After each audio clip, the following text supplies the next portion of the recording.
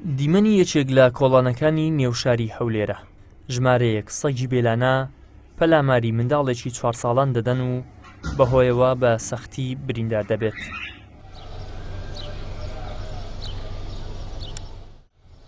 هاوڵاتیان لە نێوشاری هەولێردا جگەلەوەی هەراسان بوونە بەهۆی بوونی سەگی بێلانەوە لەگەڵ ئەوەشدا ترسیان هەیە لە هەر ئەنووساتێکدا بێت بکەونە بەر هێرشی سەگە بێلانەکان. داواکاریمان ئەوێ ئەو سیانە مەسەلەن کۆ بکەینەوە لە شوێنێکی بەڕاستی ینی بێزار بووینە مەسەن نمونە ئەوانە ئەوە ئەلێدا بلێنداکەکەیان کە فەرخە هینە ئەوەی کۆریت بوو بەڕاستی بەگسکی ئەلێرە گەورە بوون ینی ئیدی بێزار بووینە شەوانە پاش سەحات دوازدە شەوێ ئەو هەموو زبر و زارێ بە گۆڕی وەردەکەن ینی سبەینان کە تەلە بە دەستە مەکتەبی حالم بخۆ دەزایان ڕەمەزانە تەلە بە دەڕوال و مەکتەبی وەختی امتحانانە ینی خەرێک دەتەسێ بەڕاستی ئەو سیانە بیانگرن هەرچەندە ئەو حالەتانەش بووە لە هەولێری نوێش ئەو حالەتە ڕوودێ هەتا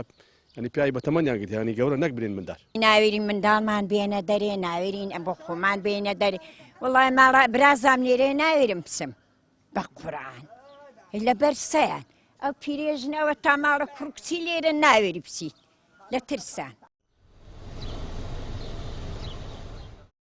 لەبارەی هێرشی سەگە بێلانەکان بۆ سەر هاوڵاتیان و منداڵان بەڕێوەبەری تەندروستی هەولێر دەڵێت تەنها لە نەخۆشخانەی فریاکەوتنی ڕۆژ ئاوادا لە مانگی ئازار 78 حاڵەتی گەستنی سەگ تۆمار کراوە لە تەواوی سنووری تەندروستی هەولێریش حاڵەتەکان گەیشتون بە 124 حاڵەت جگەلەوەی حاڵەتی تریش براون بۆ نەخۆشخانە تایبەتەکان. لەبارەی پێکوتەی دژ بە نەخۆشیەکانیش دەڵێت زۆر جار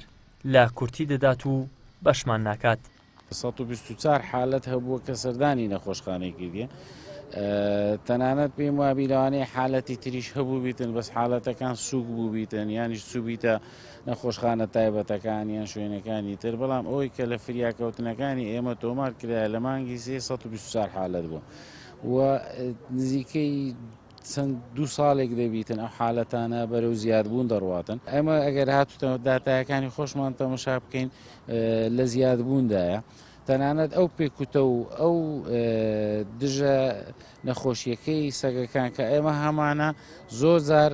لە کورتی دەداتن ژمارەکانی. لە دەرەوەی شاری هەولێر تەنها یەک شەڵتەری ئاژەڵی بێلانە هەیە ئەویش پشتگوێخراوە تاکو ئێستاژ نەتوانراوە شەڵتەرێکی تایبەت با سەگی بێلانە دروست بکرێت تاکو مەترسی لەسەر هاوڵاتیان نەمێنێت. ئیدریس محەممەد، کەناڵی ئاسمانی پەیام، هەولێر.